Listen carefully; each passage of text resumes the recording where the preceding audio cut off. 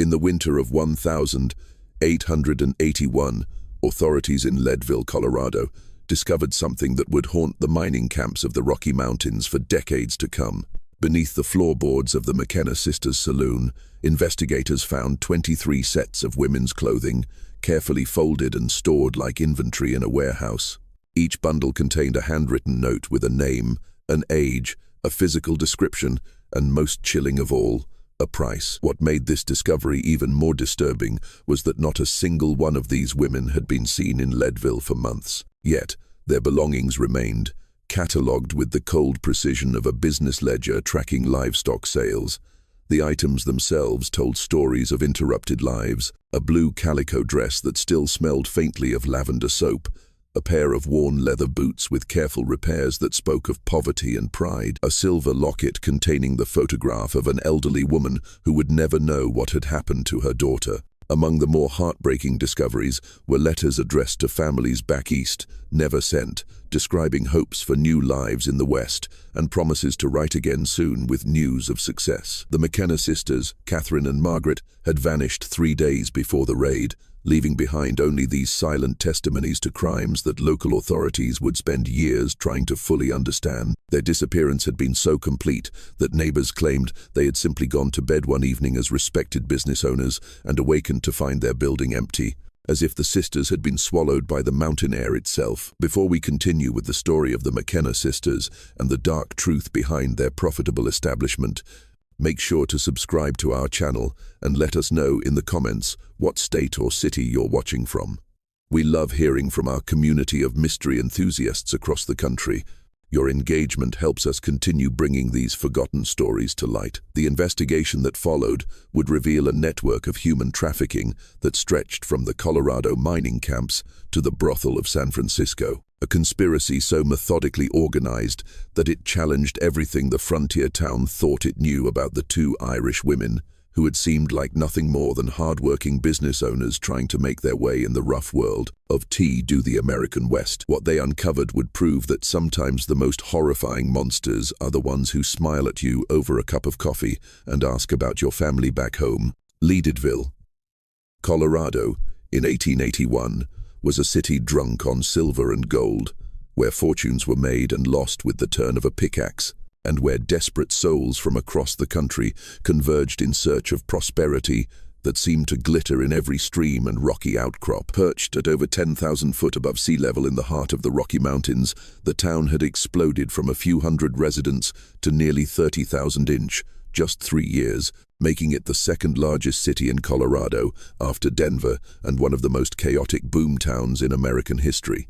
The transformation had been remarkable and violent. What had once been a quiet valley where Ute Indians hunted elk and gathered medicinal plants had become a maze of wooden buildings, muddy streets, and the constant thunder of mining equipment. The Matchless Mine, the Little Pittsburgh, and dozens of other claims were pulling millions of dollars worth of silver ore from the mountains, creating instant millionaires and attracting every type of fortune seeker imaginable. The air itself seemed to vibrate with ambition and desperation, thick with the smoke of smelters and the dreams of men who believed the next shovel of dirt might change their lives forever. The streets ran thick with mud in summer and were buried under snow for half the year. But the promise of precious metals kept the saloons, gambling halls, and businesses running 24 hours a day. Harrison Avenue, the town's main thoroughfare, was lined with establishments that catered to every human need and vice. The Tabor Opera House, where famous performers came to entertain the newly wealthy gambling parlors, where fortunes changed hands over poker games that lasted for days, and dozens of saloons where miners spent their earnings as fast as they could dig them from the ground. The boom had attracted every type of person imaginable: seasoned miners with calloused hands and silver dust permanently embedded in their hair, Eastern businessmen in expensive suits trying to stake claims through legal manipulation rather than physical labor, dance hall girls looking for work in establishments that promised better pay than factory jobs back east, con artists running elaborate schemes that separated fools from their money, and families hoping to build new lives in the thin mountain air where anything seemed possible. Among this chaotic mix were Catherine and Margaret McKenna, two sisters in their late 22nd, who had arrived from Boston in the spring of 1879 with little more than their life savings sewn into their dresses and a determination to establish themselves in the growing town. Their arrival had been noted by several residents, not because there was anything particularly unusual about two women traveling together, but because they seemed so remarkably composed and confident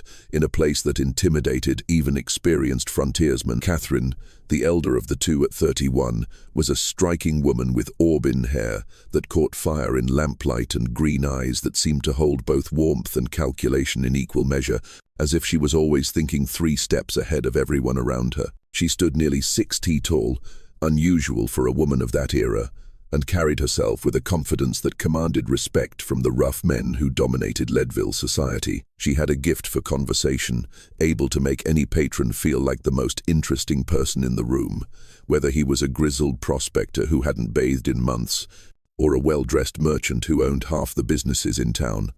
Catherine's ability to remember personal details was legendary. She could recall the names of a customer's children, ask about a sick relative, or reference a business deal mentioned weeks earlier in casual conversation. This remarkable memory made people feel valued and understood, creating a sense of personal connection that went far beyond the usual relationship between a saloon keeper and her customers. Men who had never felt listened to in their lives found themselves sharing their deepest hopes and fears with Catherine McKenna, never suspecting that every word was being carefully catalogued for potential future use. Margaret, 28 and quieter than her sister, possessed an almost maternal quality that put people at ease in ways that Catherine's intensity could not. She had soft brown hair that she wore in a simple bun, gentle brown eyes, and a voice so soothing that grown men would find themselves relaxing despite the violence and chaos that surrounded them daily. Newcomers to Leadville often remarked how refreshing it was to find such a kind, refined woman in such a rough place. Someone who seemed to represent the civilizing influence that families hoped would eventually tame the wild frontier. Where Catherine was the face of their operation, charming customers and gathering information, Margaret was the practical heart. She managed the financial aspects of their business, kept meticulous records, and handled the day-to-day operations that kept their establishment running smoothly. She was also the one who seemed to have an intuitive understanding of people's weaknesses and vulnerabilities, able to identify within minutes of conversation whether someone was truly alone in the world or had family who would come looking if they disappeared. The McKenna Sisters Saloon occupied a prime corner lot on Harrison Avenue in a 2-story wooden building they had purchased and renovated with what they claimed was money saved from years of working in Boston's textile mills. The building itself was remarkable for its construction. Solid timber brought up from Denver, real glass windows instead of the oiled paper that many establishments used, and a foundation of carefully fitted stones that spoke of permanence in a town where most buildings seemed designed to be temporary. The ground floor served as the saloon proper, with a long mahogany bar imported from Denver at considerable expense. Round tables made from local pine, but finished with a craftsmanship that rivaled furniture from back east, and a small stage where traveling musicians occasionally performed for audiences that might include millionaire mine owners and Peniles prospectors sitting side by side. The walls were decorated with paintings of Irish countryside scenes that Catherine claimed reminded her of their homeland, though no one in Leadville had ever heard the sisters speak with Irish accents. The second floor, the sisters explained to curious neighbors, contained their private living quarters and a few rooms they rented out to respectable working girls who needed temporary lodging while they established themselves in Leadville. This arrangement was presented as a charitable service, helping decent young women avoid the dangerous and disreputable boarding houses that catered to prostitutes and dance hall girls. The sisters charged modest rents and insisted on references and evidence of moral character, creating the impression that they were running a kind of sanctuary for virtuous women in a town where virtue was often seen as a luxury few could afford. What set the McKenna establishment apart from the dozens of other saloons in Leadville wasn't just the quality of their whiskey or the cleanliness of their glasses, though both were noted by customers who had grown accustomed to establishments where the floors were sticky with spilled drinks and tobacco juice. It was their reputation for helping young women find employment that made them unique in a community where female newcomers were usually viewed with suspicion or seen only as potential sources of entertainment. Word had spread throughout the mining camps and neighboring towns that the McKenna sisters were different from other saloon owners. They were known to offer jobs to women who had fallen on hard times, providing room and board, while these women learned to serve drinks, keep books, or handle other aspects of running a business. Local church leaders praised them as an example of Christian charity in action, and even the town's newspaper, the Leadville Herald-Democrat, had run a favorable article about their civilizing influence on the community, describing them as two angels of mercy in a land that too often knows only the harsh realities of frontier life. The first sign that something was deeply wrong came not from Leadville itself, but from a desperate letter that arrived at the town marshal's office on a frigid morning in November 1880. The envelope was water-stained and travel-worn, bearing a San Francisco postmark and addressed in handwriting that trembled with either cold or fear. Inside, Marshal William Dugan found 8 pages of cramped writing that told a story so disturbing he would read it 3 times before believing it was real. The letter was from a young woman named Emma Kowalski, who claimed she had escaped from a brothel in the Barber Coast district and was trying to find her younger sister, Anna. The desperation in Emma's words was palpable. She wrote as someone who had seen the worst that human beings could do to each other and was driven by a combination of love, guilt, and the kind of rage that comes from having everything innocent stripped away. Emma's letter told a harrowing story that began with tragedy and ended with a horror she was still struggling to comprehend. She and Anna had been traveling west from Chicago after their parents died in a tenement fire that had swept through their neighborhood, killing 17 people and leaving dozens of families homeless. The sisters had been working in a hat factory, saving every penny they could spare, when the fire took not only their parents, but also their small apartment and every possession they owned, except the clothes on their backs. With nothing left in Chicago but memories and graves they couldn't afford to visit, the sisters had decided to head west, like thousands of other desperate people seeking new opportunities in the territories. They had heard stories of mining towns where a woman could earn decent wages cooking, cleaning, or working in respectable establishments, and where the shortage of families meant that moral, hard-working women were valued and protected by communities hungry for stability. Their journey had been difficult from the start. What little money they had managed to save before the fire was quickly depleted by train, food, and basic necessities. By the time they reached Denver, they were down to their last few dollars and facing the terrifying prospect of being stranded in a strange city with winter approaching. It was in Denver that they first heard about the McKenna sisters from other travelers, how these kind Irish women in Leadville were known for helping young women find respectable employment, providing temporary housing and assistance until suitable positions could be located. The sisters had arrived in Leadville on a September evening in 1880, exhausted from the final leg of their journey on a supply wagon that had jolted and bounced over mountain roads for 2 days. They were dirty, frightened, and carrying everything they owned in a single carpet bag that had belonged to their mother. Emma described in her letter how grateful they had been when Catherine and Margaret welcomed them with hot soup, clean beds, and gentle words of encouragement about their prospects in the growing town. According to Emma's detailed account, the sisters had been nothing but kind for the first few days. They provided meals that were the best food Emma and Anna had tasted since leaving Chicago, clean clothes to replace their travel-stained dresses, and gentle advice about life in the West. Catherine had spent hours talking with them about their background, their skills, and their hopes for the future, showing what seemed like genuine interest in helping them succeed.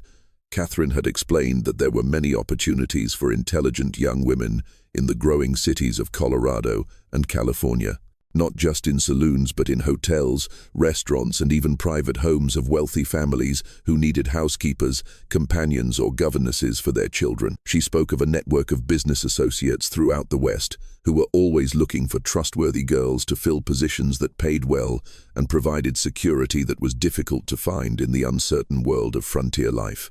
Emma's account of what happened next would chill even the most hardened lawmen who had thought they had seen every kind of human cruelty in their years of frontier justice. She wrote that after a week of this kind treatment, Margaret had prepared a special dinner to celebrate the sisters' decision to help them find positions in California.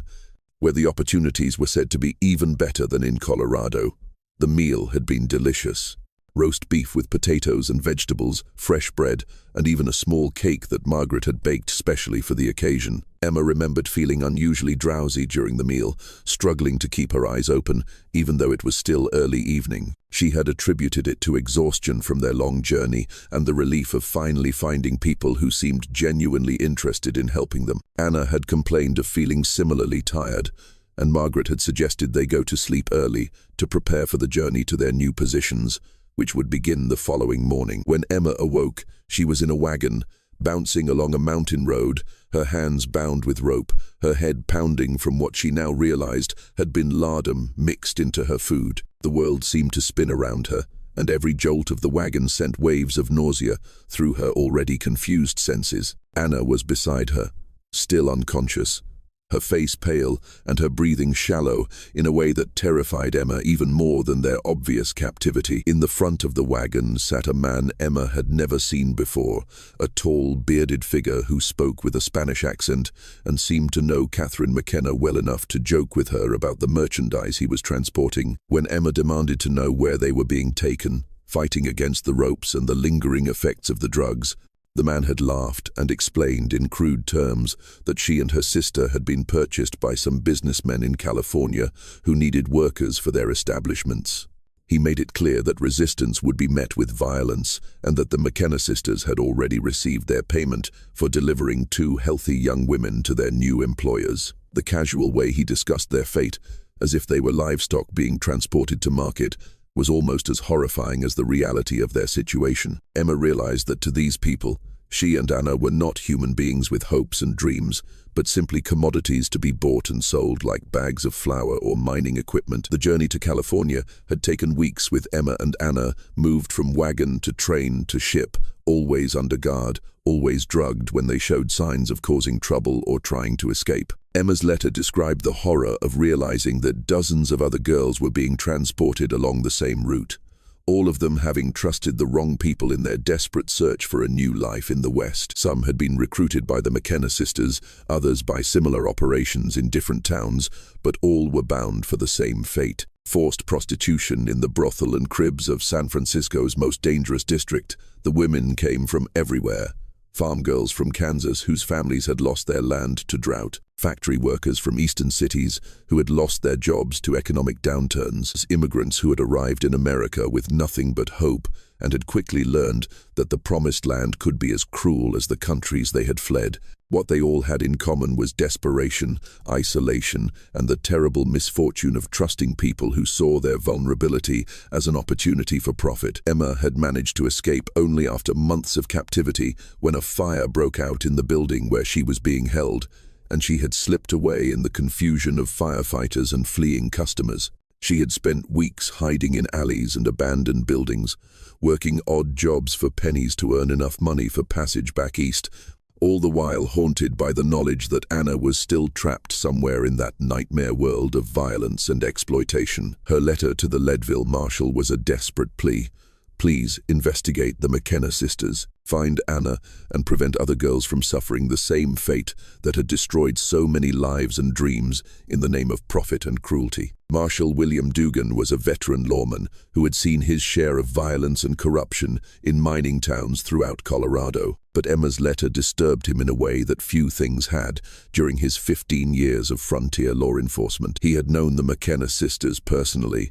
Catherine had served him drinks at town meetings, always remembering how he liked his whiskey and asking intelligent questions about local politics. Margaret had always asked after his wife's health with what seemed like genuine concern, and had even sent over a pot of soup when Sarah Dugan had been bedridden with pneumonia the previous winter. The idea that these respectable women could be involved in such a heinous crime seemed almost impossible to believe. Yet Emma's letter contained details about the sisters' saloon, their methods of operation, and their personal mannerisms that only someone who had spent time with them could have known. The specific descriptions of the building's interior, the way Catherine tilted her head when she was thinking, Margaret's habit of humming while she worked. These were details that couldn't have been invented or learned second-hand. Dugan decided to begin a quiet investigation, knowing that if he moved too quickly or openly, He might alert the sisters to his suspicions and give them time to cover their tracks or disappear entirely. He started by reviewing the records of young women who had been reported missing in Leadville and the surrounding mining camps over the past year and a half, a task that proved more difficult than he had anticipated because record-keeping in frontier towns was often haphazard and incomplete.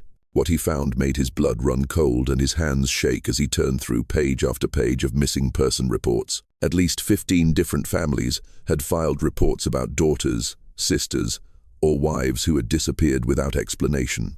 The reports painted a consistent pattern: young women traveling alone or in pairs, often arriving in Leadville with little money and few connections, last seen in the vicinity of establishments that catered to transient workers. In most cases, the women had last been seen near the McKenna sisters' saloon, often having mentioned to friends or family that they were hoping to find work there or had heard good things about the sisters' willingness to help women in difficult circumstances. What made the pattern even more disturbing was that these disappearances had been spread out over time and had involved women from different backgrounds and circumstances, making it less likely that anyone would notice the connections between cases.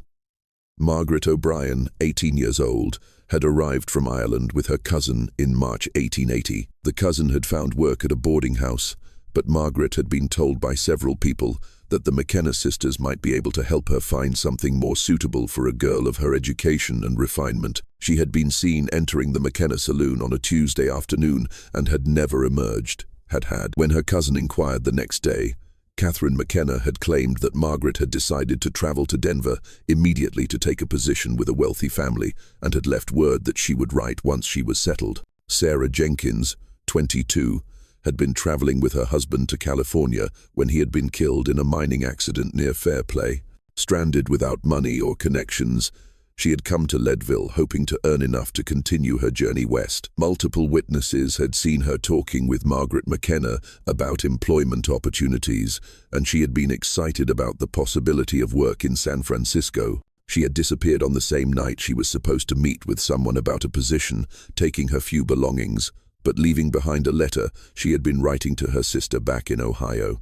The pattern repeated itself again and again. Women in desperate circumstances, attracted by the McKenna sisters' reputation for helping their own gender, disappearing after expressing optimism about employment opportunities that seemed too good to be true. In several cases, the missing women had left behind personal items or unfinished letters that suggested they had expected to return, evidence that their departures had not been voluntary or planned. Local business owners, when questioned discreetly, began to share observations that had seemed innocent at the time, but now took on darker implications. Thomas Brennan, who operated a general store near the McKenna saloon, recalled seeing young women arrive at the sisters' establishment with small traveling bags, clearly intending to stay temporarily, but he had never seen these same women leave during his normal business hours. When he had asked Catherine about this once, she had explained that many of the girls found work quickly and moved on to other towns before he had a chance to notice their departure,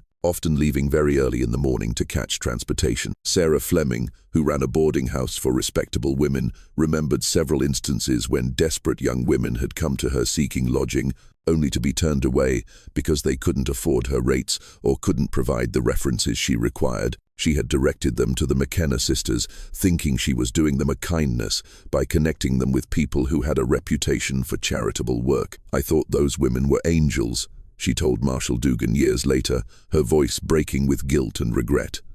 "I was sending those poor girls straight to hell, and I had no idea what I was doing." Dr.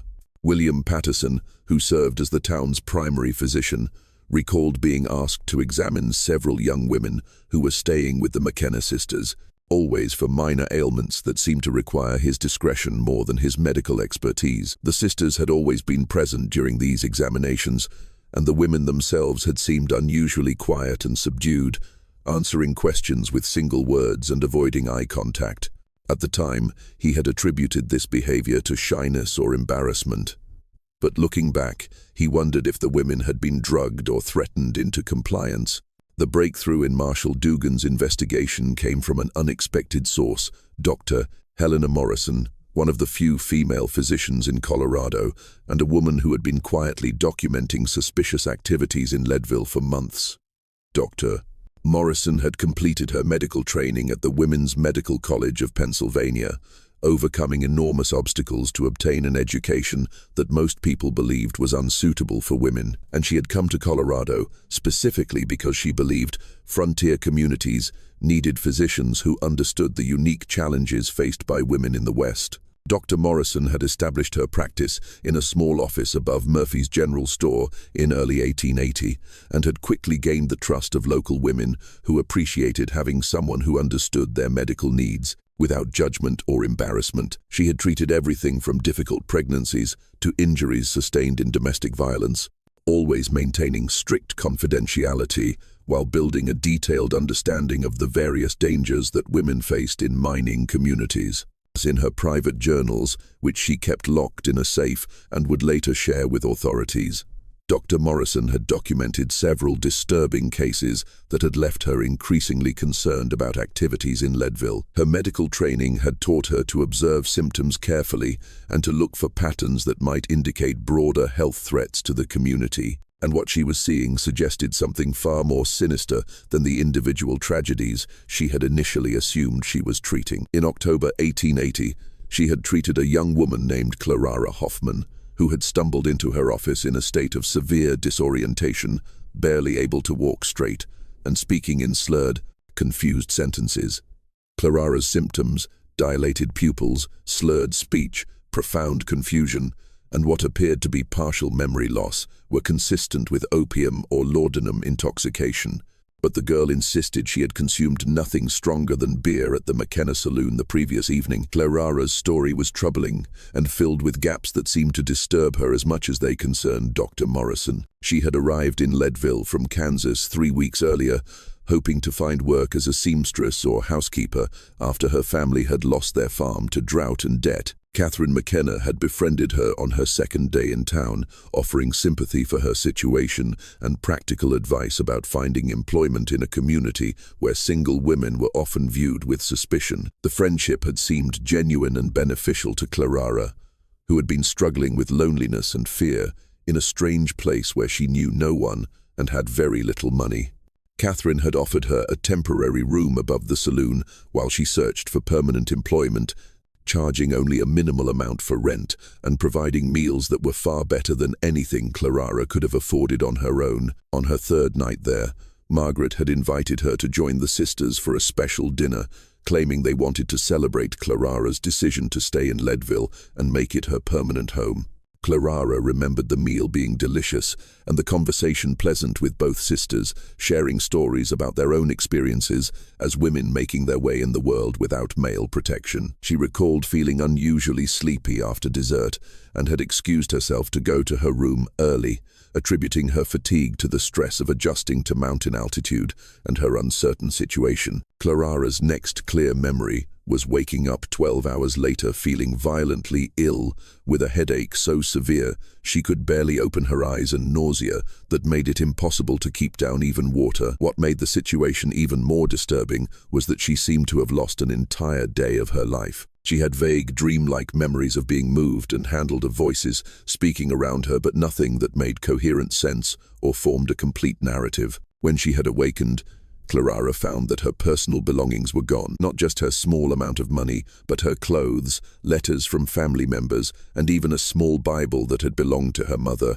and was her most treasured possession. When she asked Margaret about the missing items, she was told that Clara had been talking in her sleep about leaving town immediately and had apparently packed her bags during the night while in some kind of sleepwalking episode. Margaret suggested that Clara might have been experiencing a kind of nervous breakdown due to stress and exhaustion, a condition she claimed to have seen in other young women struggling to adapt to life in the harsh mountain environment. Dr. Morrison had been immediately suspicious of this explanation, particularly when Clara described the physical sensations she remembered from her last day, feeling as though she was floating, being unable to control her body movements, and having the strange impression that people were discussing her as if she wasn't present. These were classic symptoms of LSD intoxication, and the physician had seen similar presentations in patients who had been dosed without their knowledge, often as a prelude to robbery or sexual assault. She had urged Clarara to report the incident to Marshal Dugan, but Clarara had been reluctant to accuse the McKenna sisters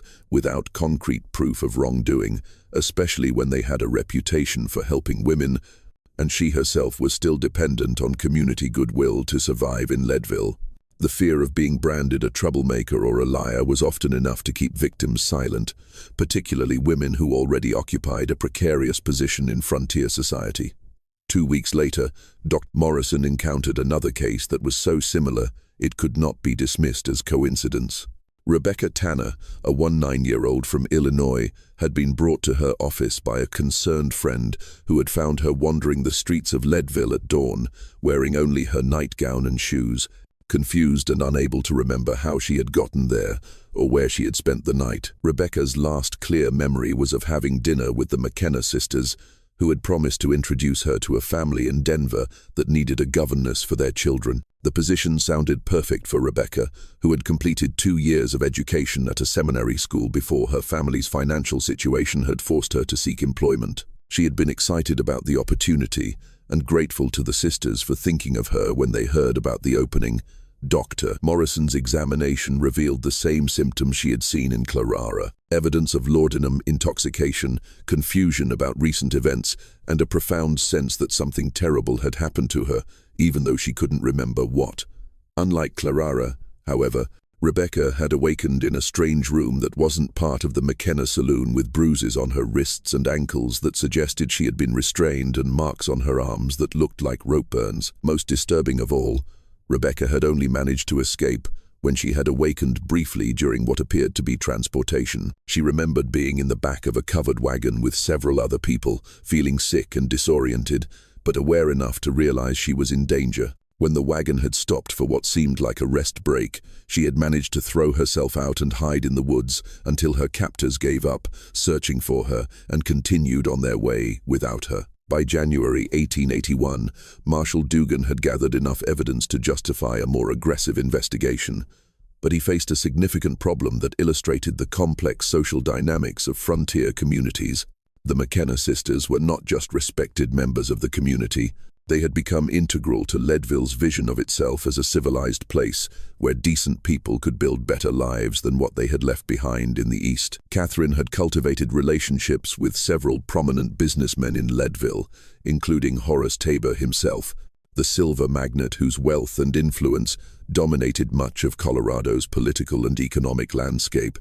She had impressed these men with her intelligence and business acumen, and they often cited the McKenna sisters as examples of the kind of entrepreneurial spirit that was making the West prosper. Margaret's charitable work with local churches had earned her the support of religious leaders who would be reluctant to believe accusations against a woman they considered a model of Christian virtue. The sisters had also been careful to establish financial connections that made them valuable to other business owners. They purchased supplies from local merchants, hired local workers for construction and maintenance projects, and had even provided loans to struggling business owners during difficult periods. Their saloon generated tax revenue for the town and provided employment for several people, making them economically important to a community that was always concerned about maintaining its growth and prosperity. Dugan knew that if he moved against the sisters without overwhelming evidence, they could easily claim persecution and rally community support to their cause. Influential people would question his motives, suggest that he was targeting successful women out of jealousy or prejudice, and demand proof that went far beyond what was normally required for criminal investigations involving men. The standards of evidence were always higher when accusations were made against people who had established reputations and social connections. He also suspected that if they sensed they were under investigation, they would simply disappear, taking their secrets with them and leaving their victims without justice. The West was vast, and transportation was improving rapidly, making it easy for people to reinvent themselves in new communities where their pasts would never be discovered. The marshal needed to catch them in the act, but doing so required patience and careful planning that felt like torture when he thought about other potential victims who might be suffering while he gathered evidence.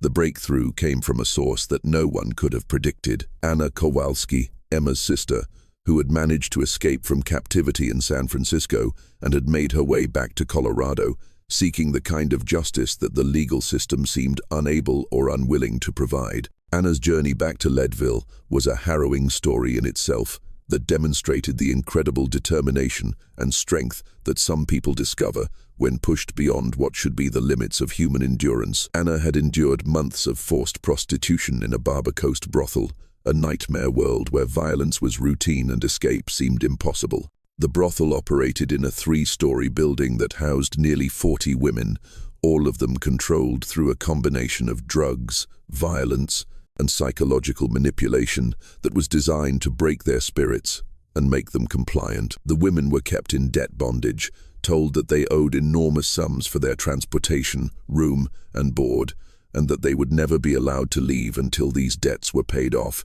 which through creative accounting never happened. Anna's escape had come during a police raid that had been intended to arrest customers rather than rescue victims, part of San Francisco's periodic attempts to appear concerned about vice while actually maintaining the profitable status quo. In the confusion of the raid, with customers fleeing and police officers focused on making arrests for public relations purposes, Anna had managed to slip out a back window and disappear into the maze of streets and alleys that made up the Barber Coast. Her journey back to Colorado had taken months of hiding, working odd jobs for subsistence wages, and slowly saving enough money for transportation. She had worked as a dishwasher in restaurant kitchens, cleaned floors in office buildings, and done any other work that would hire a woman with no references and no questions asked. The physical hardships of this journey were nothing compared to the psychological challenge of maintaining her sanity and her sense of purpose when everything she had once believed about justice and human decency had been shattered by her experiences. Anna's appearance in Leadville in February 1881 was shocking to those who had known her as a sweet, naive girl just 18 months earlier. The trauma of her experiences had transformed her into a hardened young woman with eyes that had seen too much and a burning desire for revenge that had become the only thing keeping her alive. Unlike her sister Emma, who had chosen to flee as far from the West as possible and try to forget what had happened, Anna had decided to return and ensure that the McKenna sisters paid for their crimes, regardless of the personal cost. Anna's testimony provided Marshal Dugan with detailed information about the trafficking network's operations that went far beyond anything he had previously understood. She described how victims were transported from Leadville to Denver, then to Salt Lake City, and finally to San Francisco, moving along established routes that avoided major law enforcement presence and utilized safe houses where travelers could be hidden if pursuit seemed likely. The network included corrupt officials who were paid to look the other way, legitimate businesses that served as fronts for moving victims, and a communication system that allowed coordinators to track shipments and payments across hundreds of miles. She knew the names of several other women who had been trafficked by the McKenna sisters, could provide physical descriptions of the men who served as transporters and guards for the criminal organization, and most importantly could describe the methods used to identify and recruit potential victims. The sisters had developed a sophisticated understanding of human psychology that allowed them to quickly identify women who were isolated, desperate, and unlikely to be missed if they disappeared. Most importantly, Anna revealed that the McKenna sisters kept detailed records of their transactions. Each woman they trafficked was documented with information about her background, physical characteristics, and the price paid for her delivery. These records were kept in a locked cabinet in Margaret's private room, along with personal items taken from victims that served as trophies or evidence of successful transactions. The business-like nature of these records was perhaps more chilling than the crimes themselves, representing a level of systematic dehumanization that turned individual tragedies into accounting entries. Anna also provided disturbing details about the methods used to break the spirits of trafficked women once they reached their destinations. The process began with drugging and kidnapping, but continued with systematic psychological abuse designed to make victims compliant and hopeless. Women were told that their families had been informed they had died in accidents, that law enforcement was looking for them as criminals who had fled to avoid prosecution, and that their only choice was to accept their new circumstances and try to make the best of an impossible situation. Those who resisted were subjected to violence that was calculated to terrify without permanently damaging the merchandise. Women were beaten in ways that left bruises in places that wouldn't show, threatened with harm to family members back home, and forced to witness the punishment of others as a warning about what would happen if they continued to cause trouble. The sophistication of the operation was remarkable for its time period. The criminal network had established safe houses along transportation routes, corrupt officials who looked the other way in exchange for regular payments, and even legitimate businesses that served as fronts for moving victims without attracting suspicion. The McKenna sisters were just one link in a chain that stretched from small farming communities to major urban centers, feeding the voracious demand for young women in the West's booming cities, where men outnumbered women by ratios that sometimes exceeded 10-to-1. Anna's return to Leadville created a dangerous situation for everyone involved. She was determined to confront the McKenna sisters directly, believing that public exposure would be more satisfying than quiet legal proceedings that might be influenced by the sisters' social connections and financial resources. Marshall Dugan was equally determined to prevent Anna from taking matters into her own hands, both because he wanted to gather more evidence and because he feared Anna might be walking into a trap that could cost her life. If the McKenna sisters realized their former victim had returned to town, they might take drastic action to protect themselves, either by eliminating Anna as a witness or by accelerating their own plans to disappear before they could be arrested. The marshal found himself walking a tightrope between justice and vengeance, trying to build a legal case while preventing a young woman who had already suffered too much from destroying herself in pursuit of revenge. Just when we thought we'd uncovered the full extent of the McKenna sisters' crimes, Anna's return brought new revelations that would shock even the most hardened investigators. If this story is giving you chills, share this video with a friend who loves dark mysteries, hit that like button to support our content, and don't forget to subscribe to never miss stories like this. Let's discover together what happens next as this tale of deception and survival reaches its most dangerous point. The tension in Leadville was palpable as word began to spread that something was happening involving the McKenna sisters. Anna's presence in town couldn't be kept secret for long, and several people who had known her before her disappearance began to ask questions about where she had been and why she looked so different. The sisters themselves seemed to sense that their situation was becoming precarious, and their behavior began to change in subtle but noticeable ways that suggested they were preparing for some kind of confrontation. Catherine had always been careful about her social interactions, but she became even more guarded, declining invitations to community events and avoiding conversations that might reveal too much about her activities. Margaret, who had always been the more nervous of the two, began showing signs of severe stress. She was seen pacing at odd hours, and several customers noted that her hands shook when she served drinks. The women who worked at their saloon reported that the sisters had become demanding and suspicious, questioning them about conversations they had with customers and insisting on knowing every detail of their daily activities. The final confrontation came on a bitter, cold night in March 1881, when everything that had been building for months finally exploded into the open with a violence that would be remembered in Leadville for generations. Anna Kowalski, despite Marshall Dugan's warnings and his attempts to keep her under protective surveillance, had decided to take matters into her own hands. She had spent weeks watching the McKenna saloon, learning the sisters' routines, and waiting for the right moment to strike back at the people who had destroyed her life and the lives of so many other innocent women.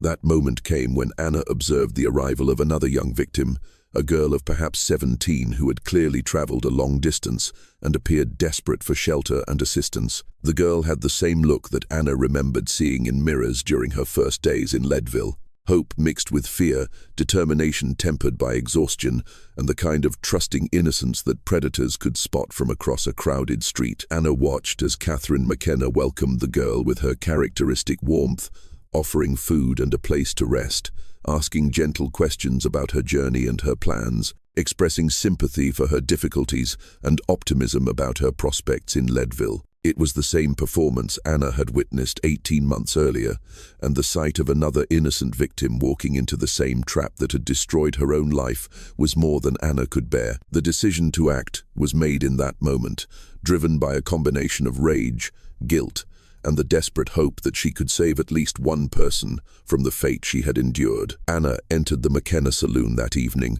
armed with a Derringer pistol she had purchased in Denver, carrying a leather satchel containing evidence of the sisters' crimes, letters, photographs, and documents she had gathered during her months of captivity in San Francisco, as well as testimonies from other victims she had met along the way.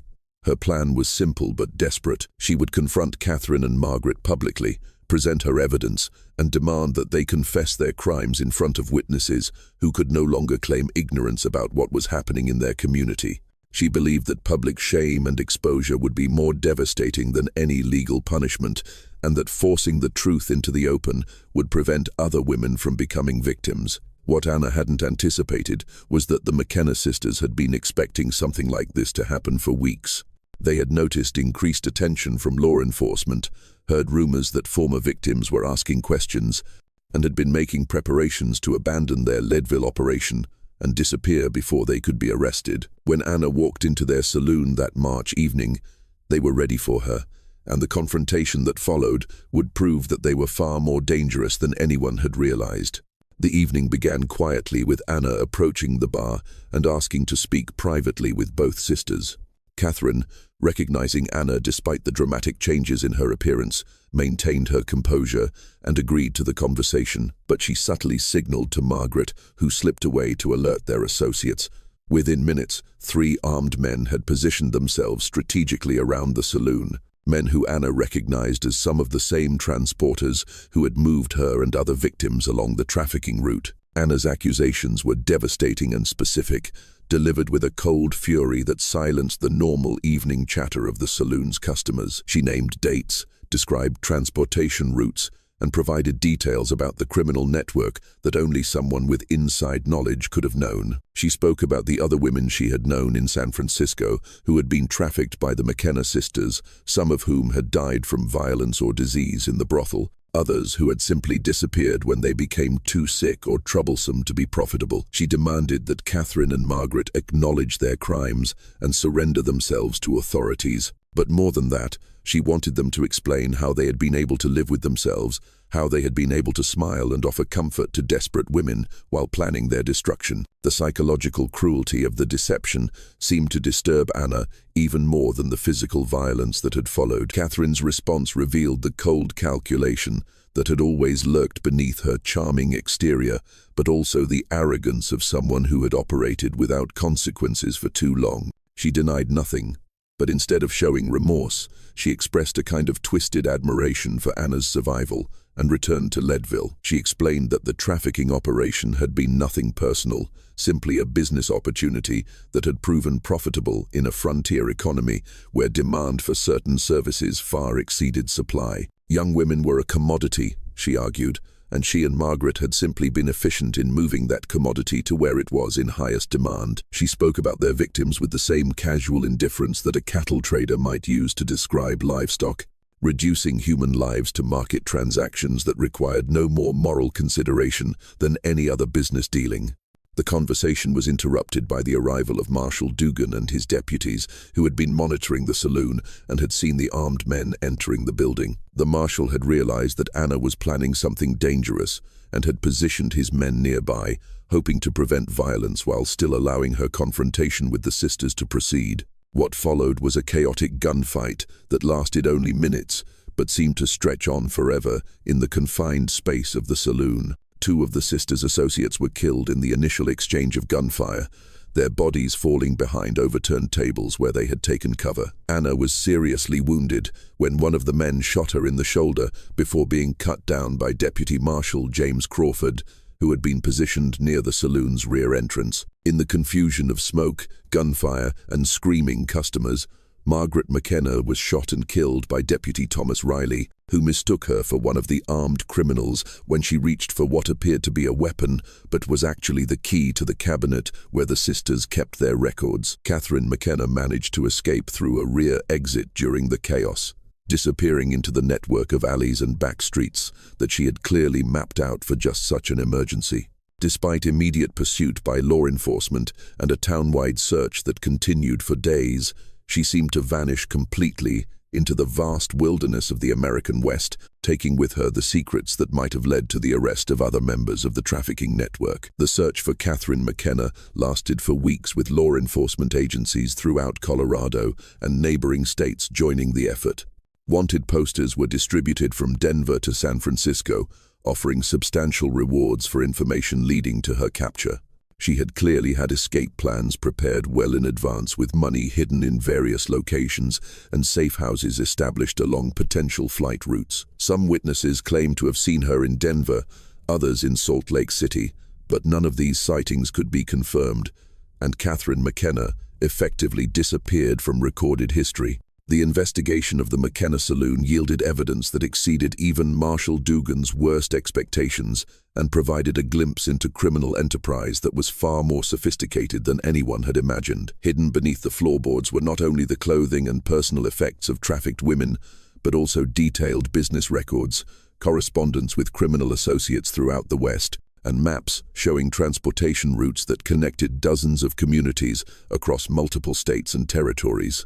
The documents revealed that the McKenna operation had trafficked at least 47 young women over a period of 2 years, generating profits that exceeded $15,000, an enormous sum for the time period that represented more money than most legitimate businesses in Leadville earned in several years of operation. The records showed payments to corrupt officials, expenses for transportation and safe houses, and even what appeared to be insurance payments to compensate for merchandise that was damaged or lost during transport. Perhaps most disturbing of all was the discovery of a collection of photographs that Margaret McKenna had apparently taken of their victims. These images, found in her private room, along with detailed written descriptions, showed dozens of young women in various states of unconsciousness or distress, but apparently documenting the sisters' success in capturing and subduing their targets.